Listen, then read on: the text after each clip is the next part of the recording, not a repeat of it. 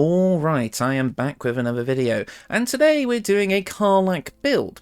Now, the title of this video may seem familiar to some of you, because back in the summer of last year, I was part of a charity event in which I DM'd a D&D one-shot, which ended up being a two-shot, based on the events of Baldur's Gate 3, or at least the post-game. See, in the epilogue of Karlach's story, when you guys are all at the camp, she will mention that she has found a forge in Avernus that can potentially fix her infernal engine. And I thought, hey, that sounds like an interesting idea for a kind of post-game one-shot for 5e. So I wrote it up, pulled some lore from the game, pulled some lore from tabletop, and made a fun little adventure. And since it was part of the charity event, there were like donation incentives for like wild magic effects to happen, so there was all sorts of shenanigans. It's honestly a really fun time, and if you want the full backstory for this build, I will hopefully remember to put links to the two Twitch VODs from Red's stream, where you can go and watch what happens. Obviously, it's pretty long, it's D&D after all, but it is a fun time, and if you like my content, I think it's worth checking out, because hey, I might as well show off what I can actually do as a DM, especially since it was my first time DMing D&D, so that was fun. Level 12 campaign. Ugh. But anyways, basically, spoilers of course, but kind of a minor spoiler, yes, the Hellfire engine did get fixed, or the Infernal engine I should say. And as such, it came with an upgrade, which, in the mechanical sense for the tabletop game, it just gave Karlach a little bit of a boost in power. It augmented her soul coin feature. But obviously, the main goal of that was to make it so that with her engine being fixed, she could return to the material plane. Now, I wanted to obviously do a build based on this storyline for the longest time, but I could never really get it working in a way that satisfied me. I did have another version, which was a Barbarian warlock, but I think that's going to be its own video. Whereas with this, I was kind of stuck. It wasn't until we got the new 5e subclasses combined mod, which added all of the fighter subclasses barring one or two. And one of those subclasses made me think, yes, that works perfectly for this idea. Because I liked the idea of taking some inspiration from Cyberpunk, where with Karlach's new Infernal engine, maybe there's room to upgrade and augment it, taking inspiration from Cyberpunk, because I really like that game and that kind of world. So the idea of Karlach being this like medieval era kind of style, like high fantasy cyberpunk character with, you know, her infernal machinery felt really cool. So the idea of like being able to take her new engine and augment it with various abilities, like installing the chips from Cyberpunk, felt like a really interesting idea. And now with this new subclass that I'll be showing off today, I think you'll see why this actually works really well as kind of maybe like a future aspect of Karlach, where she just gets stronger the more she kind of maybe visits Dammon or something like that. Like maybe Dammon is the one making these augments, for example. So I think you guys are going to have a fun time with this build. Mechanically, it's very sound. You're going to get a lot of abilities that are really fun and fit perfectly for Karlach, especially with kind of her post-game direction, if you kind of do the good route for her, which is kind of what my one-shot was based on. So anyways, I'll stop rambling now, but long story short, this is a build based on my headcanon. Hey, it's my channel. I'm going to do what I want. Let's get in to the build. Obviously, Karlach is a tiefling, giving us dark vision and an innate fire resistance, as well as the fact that she is a Zariel tiefling, giving us access to the Thaumaturgy cantrip for advantage on intimidation and performance checks. That advantage on intimidation checks is great because Barbarian intimidation checks are some of the funniest in the game. Moving on, for our starting class, we are going to be a Barbarian. We are a Karlach build. I like to start with Barbarian. This is going to give us access to Rage and Unarmored Defense. We are going to be using Unarmored Defense in the early game for my early game equipment options, but we are going to swap over to Medium Armor once we start to hit the late game. So Unarmored Defense is going to be useful here, but we are going to be kind of swapping it around as we go. And Rage, you all know what Rage does. It's going to make us tankier and do a little bit of extra damage. Moving on to our ability scores, pretty standard Barbarian spread here. Strength is at 16 as it is our main attacking skill. Dexterity is at 14 as that is going to be the best modifier for when, like the highest we can have for our modifier when we have regular medium armor equipped, so 14 is just fine. Constitution is at 16 to allow us to be tanky. Intelligence is at 8, we don't need it. Wisdom is at 12, but I can see you dropping this down to 10 and putting those 2 points into somewhere else, but I do like to have a good shot at making those wisdom saving throws, and 12 is at least a decent minimum. And Charisma is at 8. I mean, if this was an actual Karlach build, I would have modded this to be 20, but you know, I'm a failure as a YouTuber, so we have to have Karlach's Charisma at 8. I'm sorry, I know she's amazing, but Just the way the stats work. Anyways, moving on to skill proficiencies. Karlach is an Outlander, giving her access to athletics and survival, which make perfect sense for her character. I've gone with perception, because in my opinion that also makes sense, and intimidation. So between this and thaumaturgy, even with our minimal charisma stats, you're still going to be able to make those barbarian intimidation checks, which again are absolutely hilarious. Let's move on. As for level 2 of this build, you can kind of take the levels in any order you want. Obviously, just make sure you're getting extra attack as soon as you can. Whether that means you take 5 levels of Barbarian and then respec later on into the build, or you want to go straight into the fighter levels and kind of get to the cool new stuff first, which is what I'm going to be showing off in this build, just make sure you're getting to extra attack as soon as you can. So whether you, but I do like to have that early level of Barbarian to get access to Rage, so whether you start as fighter and take a dip in Barbarian then go back, or do what I'm showing in the video, it's entirely up to you. Feel free to play around with the leveling scheme here, but I'm just going to get to the fun stuff first, because that's what's going to take the most explanation, since it's all new. So, let's multiclass into Fighter, giving us access to Second Wind for a little bit of bonus action healing when we can. We're also going to get a fighting style, and I'm going to be grabbing 2-weapon fighting, because as you can see, we are using a 2-handed great axe. Obviously, at level 2 of Fighter, we're going to get our hands on Action Surge, giving us an extra action once per short rest on our turn. Very, very powerful. We also gain Searing Smite, which is nice, but it is a spell, so we can't really use it while raging. It's whatever. At Fighter level 3, we get to choose our subclass, and from the many options we have available to us, we are going with Rune Knight. Rune Knights enhance their martial prowess with the supernatural power of runes, an ancient practice that originated with giants. Now, with the lore of my kind of headcanon here, this ability is more coming from the infernal upgrades rather than giants, but hey, I mean, this is all headcanon anyway, so, you know, we get to play with the lore a little bit. But Rune Knight is really, really interesting. It's all about inscribing, at least in tabletop, inscribing items with runes that will grant the user various abilities. In our case, we're going to be inscribing those runes directly onto our infernal engine to enhance our internal power, giving us new abilities. Again, like the augments from Cyberpunk, but in sort of a Hellfire D&D magic way, which I think is really cool. It's going to give us a ton of abilities that I think just work amazingly for Karlach and fit her character perfectly. And again, the idea of her kind of embracing what happened to her and using the power of her infernal engine to make herself stronger and do better and become maybe a more valiant protector of the people is honestly a great idea. I've kind of done what if takes on like Karlach coming back from Avernus and becoming like a hero type like a paladin before, but this kind of feels like a new take on it, as we're going to get some really interesting abilities that kind of fuel this roleplay idea. So stay with me on this. First up, we're going to gain access to Rune Carver, giving us proficiency in sleight of hand checks. This may seem a bit weird and out of place, but in tabletop, you originally gained the ability to speak giant and gain proficiency with Smith's tools, but because neither of those things are relevant in this game, the mod developer decided to give us the next closest thing, which is proficiency in sleight of hand checks, which, I mean, it's great, it's here, we have a 14 dex. I mean, Karlach's used to breaking down doors instead of picking locks, but now we can do both. Maybe she's learned to be a bit more subtle, with maybe a slightly calmer rage. Nah, who are we kidding? She's Hellfire incarnate. Moving on, we now get the Inscribe Rune feature. Basically, the way Rune Carver worked in the original game is when you made in the tabletop, I should say, is when you made the runes, they were items that you held on your position and were just always active. The way it works in BG3, however, to kind of make it work within the game mechanics, is that they're similar to the like once per long rest ritual spells like Long Strider and Speak with Animals, where you have to cast them after each long rest, or like the old pact weapon, for example, and such like that. So this is basically just saying, hey, remember to reactivate your runes every long rest, because that's just how the game works. So yeah, basically what this does is it just lets you activate your passives. Moving on, we get to now use Giant's Might, which is also what it says up here, but there's a more detailed description here.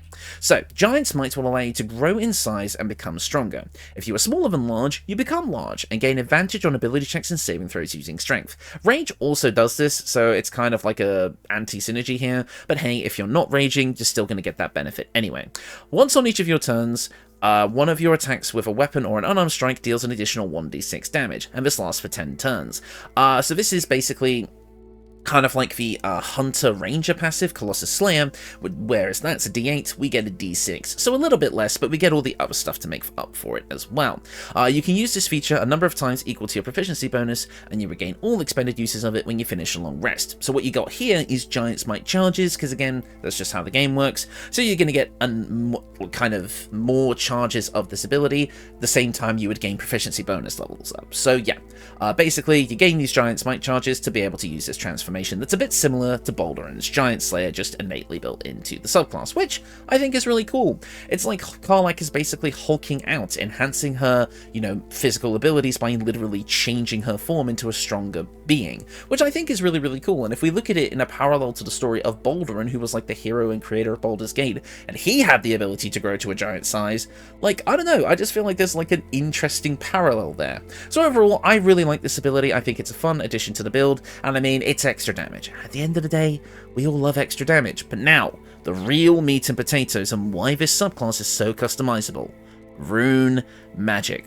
As we level up, we're going to gain access to different runes, but for now we have access to 4 different ones to pick from. There's Cloud Rune, which will allow you to inscribe a rune that emulates the deceptive magic used by cloud giants to gain advantage on sleight of hand and deception checks. However, this rune can also be used to transfer an attack to another target. I'll read off the exact description here.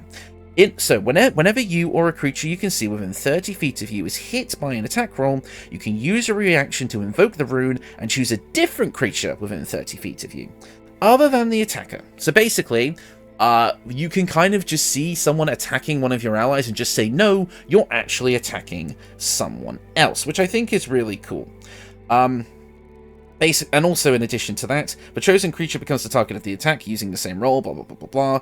This magic can transfer the attack's effects regardless of the attack's range, so that's an interesting feature as well. And once you invoke this rune, you can't do so again until you finish a short or long rest.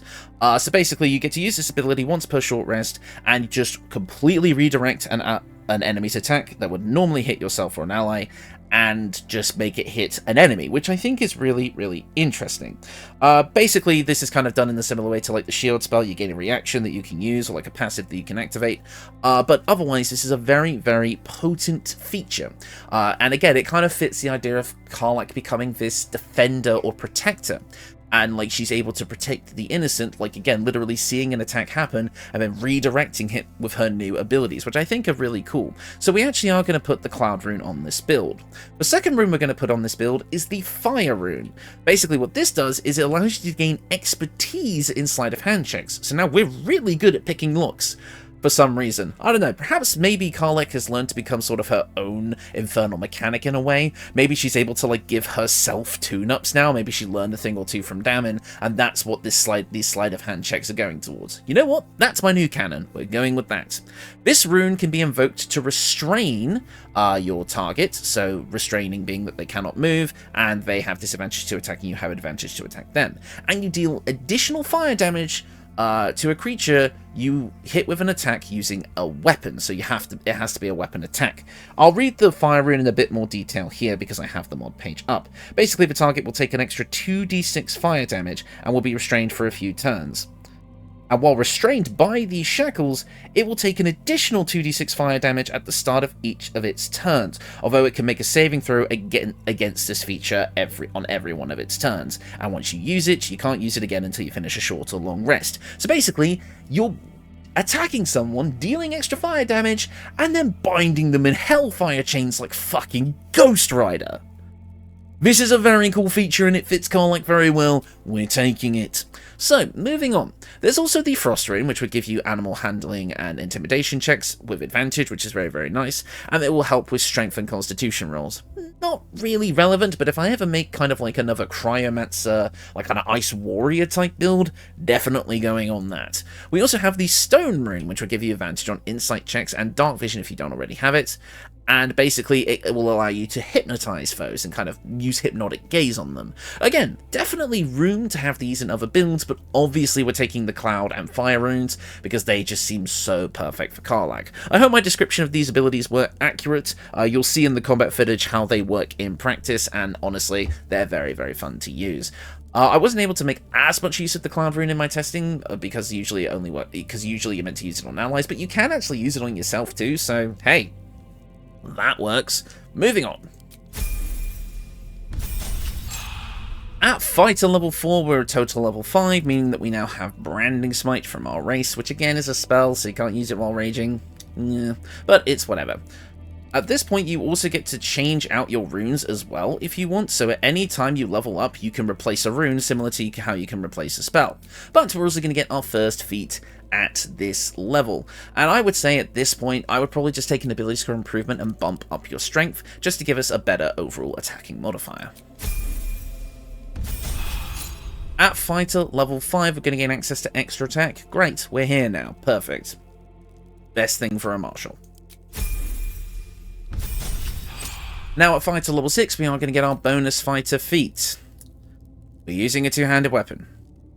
We're going to go with Great Weapon Master. I'm sorry, it's too easy. We're going to get reckless attack as well, which means we're always going to be able to attack with advantage. And I just think if we're going with like this powered up version of Karlach, let's actually get the power. Yes, I know it's boring, and I'm sorry about that, but it is just the best feat for this build. And since we're getting 4 feats, it's so easy to slot in that I just can't not include it. I mean, there's many other things you can choose to go with as well. I'm sure those of you who, have been around the channel long enough will kind of know, especially if you have the Tasha's Feats mod installed, in which you can get some fun things there as well, including Fighting Initiate, if you want another fighting style, perhaps like archery, if you want to pair this with a crossbow, or maybe even slasher, since we are using a slashing based weapon. Maybe you could change your stats a bit to make use of that strength or dex increase. Entirely up to you, but we are going to be going with Great Weapon Master today for the additional 10 damage at the cost of a -5 attack roll penalty. We will have ways of offsetting this penalty very, very easily with things like reckless attack, so that penalty is basically null to us anyway. Also, we get to make a melee weapon attack as a bonus action if we kill our target or land a critical hit. Overall, one of the most broken feats in the game, and for good reason. It is just so fun to use. At fighter level 7, we're going to get another Rune Knight subclass feature, and this one is great.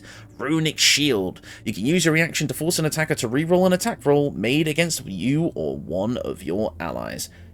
Yeah, this is Shield.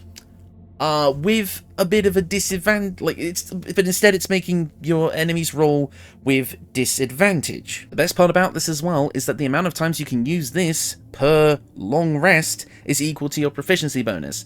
So you get to use this quite a few times, and it's not taking up like your giant's might charges or something like that. So yeah, this is a pretty damn cool feature. I really, really like this one, so we're definitely going to be taking that. Again, it's going to make us even more tanky pairing this with Barbarian, and its natural resistances, we're just going to be a force to be reckoned with that's barely going to be getting hit.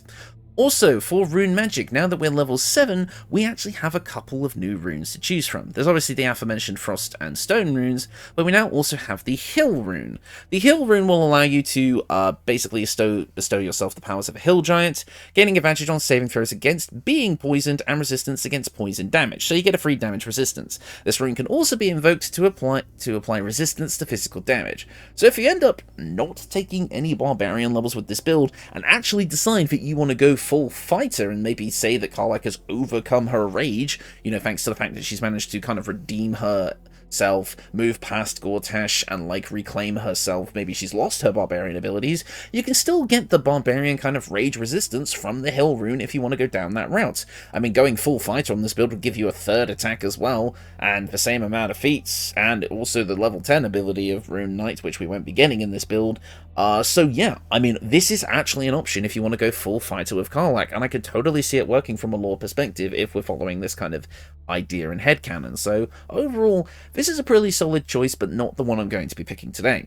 The one we're going to be picking today is Storm Rune, which I think is actually pretty cool. Basically, you basically get to inscribe a rune that allows you a glimpse into the future, like a Storm Giant Seer, to gain advantage on Arcana checks and immunity to being surprised.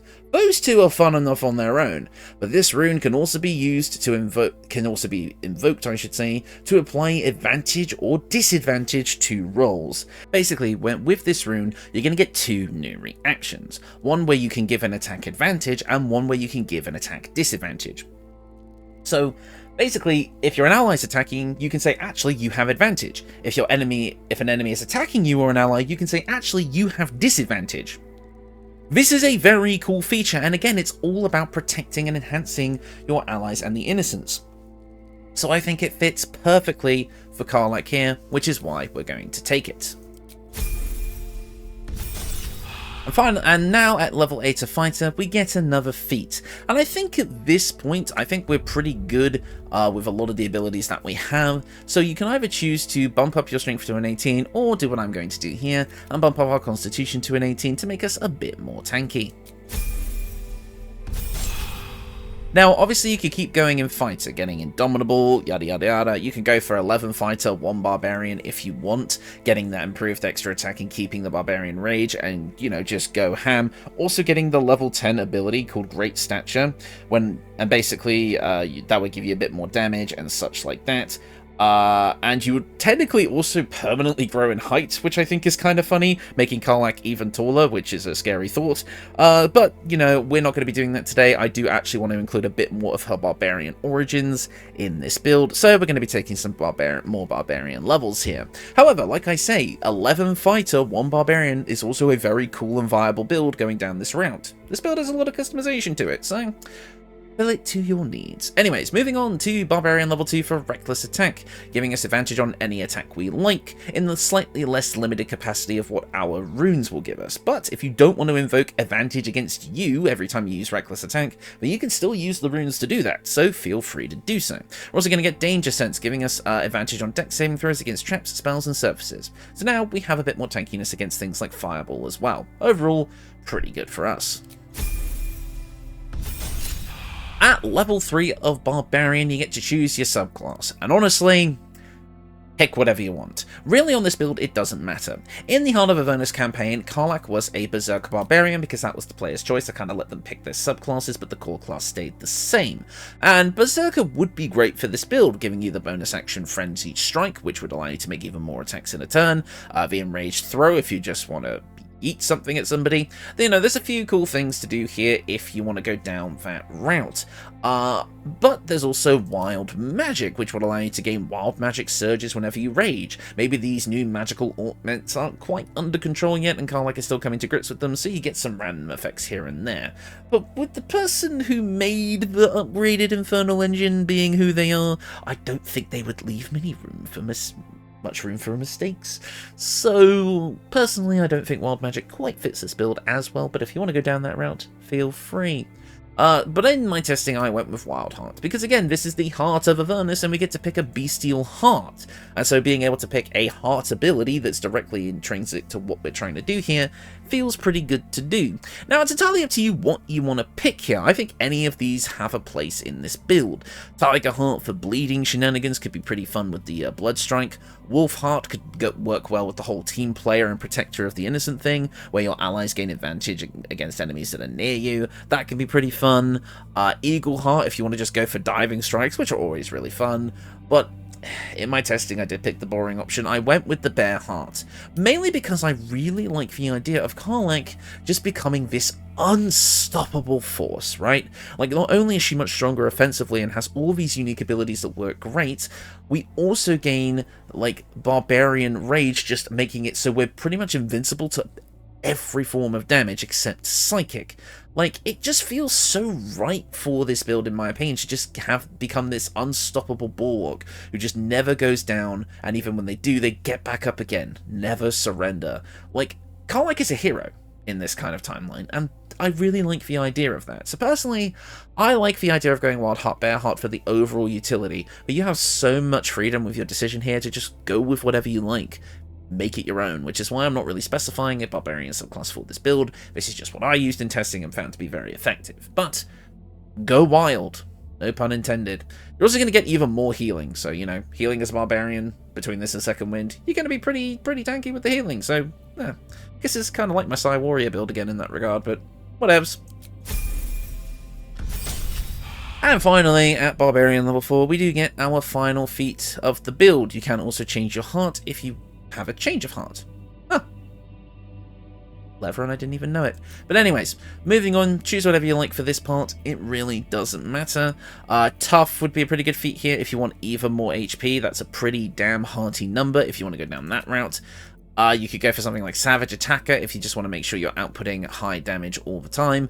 I do kind of like, especially with the fact that we have Great Weapon Master, going for the reliability of just bumping up that strength. I could see you bumping up Dexterity if you want slightly better initiative rolls and such like that. But Charge of Feet is also very fun. I love having this on martial builds.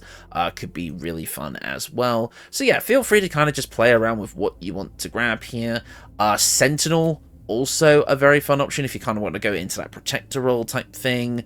If you went with Berserker, then I could absolutely recommend Tavern Brawler to you, maybe picking up some way of getting a +1 to your strength, maybe swapping the stats around again like I said. You have a ton of options available to you. Slasher is also there if you want that as an option as well, but I think I'll just take the standard option and go for a quick ability score improvement to bump up our strength, but again, feel free to change this build around however you like.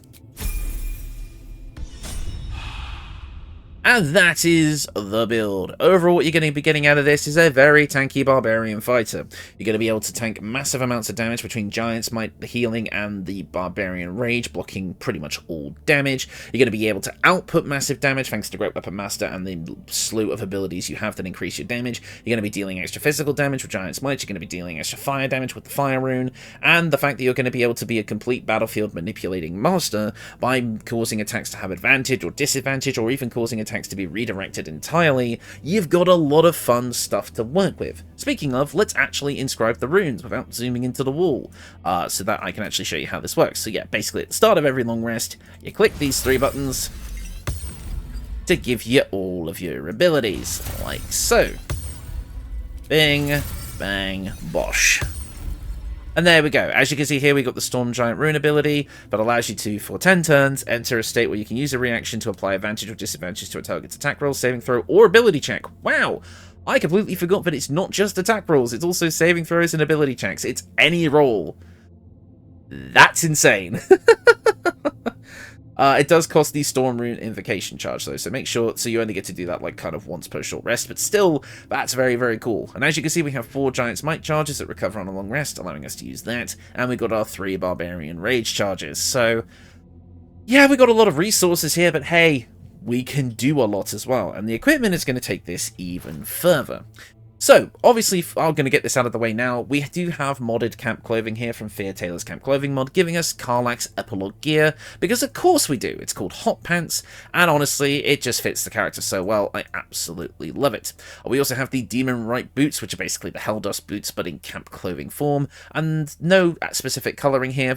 The dye that was used for the base armor, for the sake of the character creation screen, was dyed in the Archfiend dye, because that just kind of makes sense. Again, if you watch Heart of Avernus, you'll know what I'm talking about. But obviously, this with no dyes at all is just one of the Karlach's best looks, in my personal opinion. So, we've got that here. It just feels like a great natural progression of her default clothing. So, moving on to the weapons, we have a classic for my Karlach builds, the Hellfire Great Axe. This was her main weapon in Heart of Avernus as well, and it's a pretty potent weapon. 1d12 base damage, as all Great Axes have, as well as a extra 1d6 of fire damage. It's a +2 weapon, and whenever you deal damage with this weapon, you gain 2 turns of heat. Heat makes it so you take 1d4 fire damage every turn, but we have resistance to fire, so that's fine. But we gain the ability to use heat convergence, converting all of our turns of stacked heat into additional fire damage for each stack. So we can go for big fire-based attacks whenever we want. We also have access to Hellflame Cleave, a special Hellfire attack that ignores resistance and immunity to fire damage, adds an additional 2d6 fire damage, and gives them the Hellish Flames condition, which basically means they're going to take rolling Hellfire, which deals an additional 6d6 fire damage per turn. So yeah, this does a lot. This is a very, very fun weapon that feels like a great kind of final weapon for Karlach. But in the early game, grab the Everburn Blade from the tutorial, a decent base level greatsword with an extra 1d4 of fire damage. Feel free to buff this up with the Drakethroat Glaive, obtained in Act 2, to make it a +1 weapon with an extra d4 of fire damage for a total of 2d6 plus 2d4 damage, which is very, very good. Also, we have a ranged weapon that you can obtain in the late game called the Hellfire Engine Crossbow. This is a Steel Watcher crossbow. basically pried from Gortash's, machinations. So it feels kind of fitting to grab this one. It's going to let you cast Lightning Arrow, it's a +2 weapon overall, as well as it gives you the reposition malefactor, allowing you to grapple hook enemies or allies towards you. It won't deal any damage to allies if you choose to do this, but it will damage enemies if you do, for that little bit of damage you see down there. So it's a great way to do a little bit of battlefield repositioning, and again, just taking a crossbow that you got from Gortash just feels fitting here. Anyways, moving on. On our helmets, we have the Helldusk helmet. This is kind of a free slot, you can put whatever you want here, but a good endgame piece of armor that kind of fits the Hellfire theme we're going for here. The Helldusk helmet does definitely work. You can't be blinded, which is great. You have a +2 bonus to saving throws against spells, which is awesome. That helps with our wisdom saves as well as our others. Attacks cannot land critical hits against you, making us much more tanky, and we get the Immolating Gaze feature, another kind of cool upgraded Hellfire ability.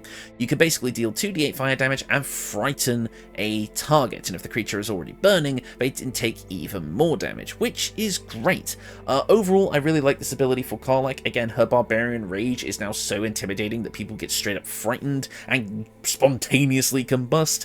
I don't know, it just felt like a good kind of end game ability for the character, and again, I'm kind of treating all of these pieces of equipment as being her like engine upgrades as well, like in the similar vein to the runes. So this new Immolating Gaze feature comes from her engine heating up, which I actually think is a very cool way of flavouring it. In a similar vein, we're still very hot to the touch when we choose to heat up, so the Cindermoth Cloak is going to make it so any creature that damages us within 2 meters receives the burning condition, which synergizes nicely with the Helldusk helmet and the Searing Gaze thing, or the Immolating Gaze, dealing extra damage to burning targets. But of course, these are 2 late game items, so for some earlier helmet options, you've got the Haste Helm to give you a bit of momentum for 3 turns to allow you to get where you need to on the battlefield as quickly as you can. As a melee character, that's very helpful. And the Cap of Wrath, which whenever you drop below 50% hit points, you gain Wrath for 2 turns, and for each stack of Wrath, which is each turn of Wrath, you gain a +1 bonus damage to melee weapons, so it just gives you a bit more attack power. It was kind of hard to choose early game options for this build because there weren't too many that fit what I was going for, but these are solid early game options which you can get really quickly, like Haste Helm is in like the first town you visit basically, so I think it's pretty good. Moving on to our armor, we have the Flame Enameled Armor. You gain a +2 bonus to initiative rolls, which is great for our middling dexterity. We have resistance to fire damage, which we already have, but it also gives us another +2 bonus to saving throws, meaning that our saving throws are now really good actually. It does give us disadvantage on stealth checks. Again, we're not really trying to be stealthy, but the main thing that we're here for is the fact that it's going to give us Fire Shield Warm. Basically, because even though this is a spell, as long as we cast it before we rage, it's not going to go out because it's not concentration based. This is going to allow us to surround ourselves in a fiery aura, dealing 2d8 fire damage to anyone who attacks us. We also gain resistance to cold damage. So I think this is absolutely awesome. Again, it fits the idea of Karlach being this infernal hellfire being really, really well, so I wanted to include it here. So yeah, I wanted to get Fire Shield somehow on this build, and this is the perfect way to do it. Yes, it only comes with a 16 base armor class, meaning that with our dexterity we only have an 18, but we're going to be so tanky anyway that it doesn't really matter.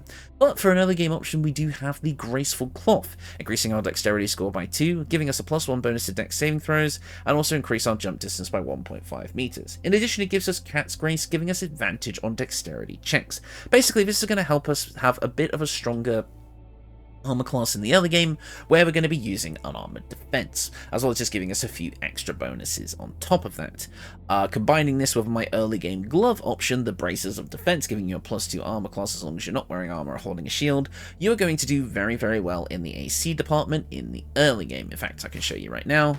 Bim, bam, bop.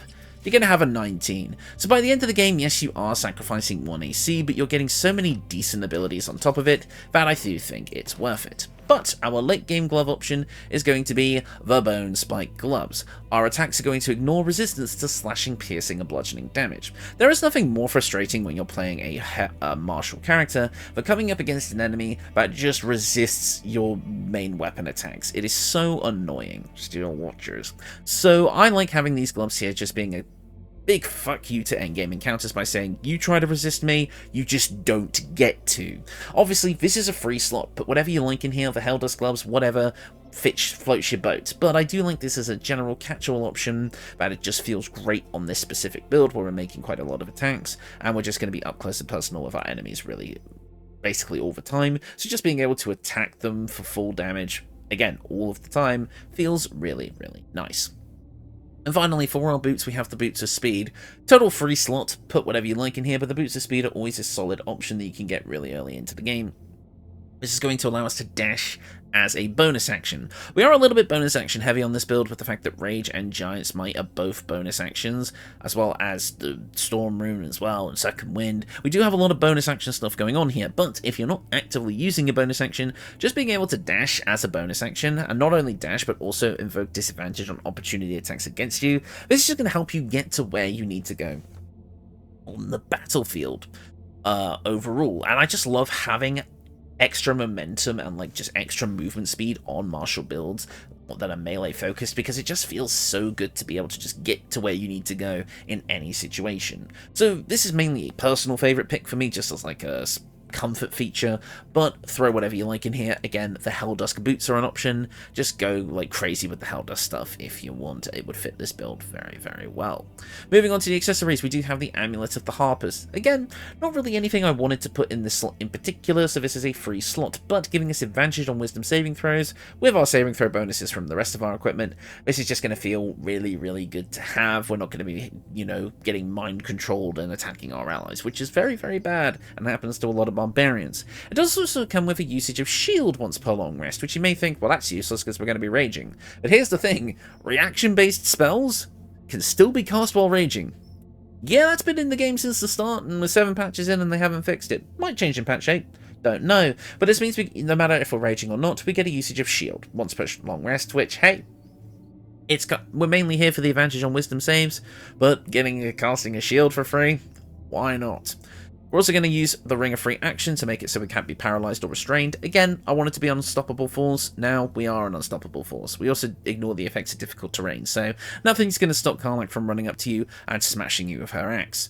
And finally, the Ring of Regeneration. Again, another free slot, but this is a solid endgame option that kind of fits into the theme of never going down, in which you just regain 1d4 hit points every turn. With our extended tankiness, this is going to feel pretty nice to have, just getting like that little bit of HP back every turn and making it even harder for enemies to put us down permanently, a bit like the leftovers from Pokemon now that I think about it. But in addition to this, if you're downed on the floor but not outright dead and the Ring of Regeneration activates, you just get back up for free. So yeah, I mean, it's literally never going down. So I thought it would just be a fun addition to this build, but again, pick your favourites here, doesn't really matter. But yeah, that is the build, and overall, I just think it feels so nice for kind of a post-epilogue Karlach. You know, you're basically augmenting everything that made Karlach great at her base. You know, her infernal engine has finally been conquered, and she is now free, and you can see that freedom reflected in her newfound upgraded abilities, as well as the fact that she is able to, you know, enhance her abilities in various different ways, and uses those to fight for what's right and protect those who cannot protect themselves. I just love this idea for a Karlach build, and I think it just fits so well. And again, I wanted to do kind of a cyberpunk inspired build for a long time, and I know this isn't exactly that, but at least in the way I've kind of headcanoned it, it feels appropriate for that sort of purpose. So yeah, overall, I am absolutely in love with this build. I feel like Rune Knight, like again with the kind of mechanical nature of Karlach, just feels like such a natural progression in kind of how you can build her. But again, of course, there's many different ways to build Karlach, and again, once Path of the Giants comes out in the official when patch 8 drops, that's going to be really fun, and I would actually probably recommend swapping out Wildheart for Path of the Giant, so you can kind of lean into that like growing big aspect a bit more. You may even be able to stack the two to just become that one meme of Karlach that got made into a news article. But yeah, no, again, I really enjoyed making this build. I'm having a lot of fun with the new fighter subclasses. I mean, you've seen all the ones that have been listed in this video, so let me know what you want to see next. There's already been some recommendations to do Cavalier, which I think will be an interesting one, since that's probably the one that needed the most changes from tabletop to 5e, because obviously up to BG3 even, because there's no mounted combat in this game. And it seems interesting, but I'm not 100% sure how to make it work exactly yet. But there's other things like Brute, Sharpshooter, Banneret, or Purple Dragon Knight to some of you, Samurai. You know what, Samurai's probably going to get voted to be next. I know that's like a popular one. So yeah, we'll see how we go. But yep, that is going to do it for me. Thank you all so much for watching, and I will see you all next time. Bye-bye.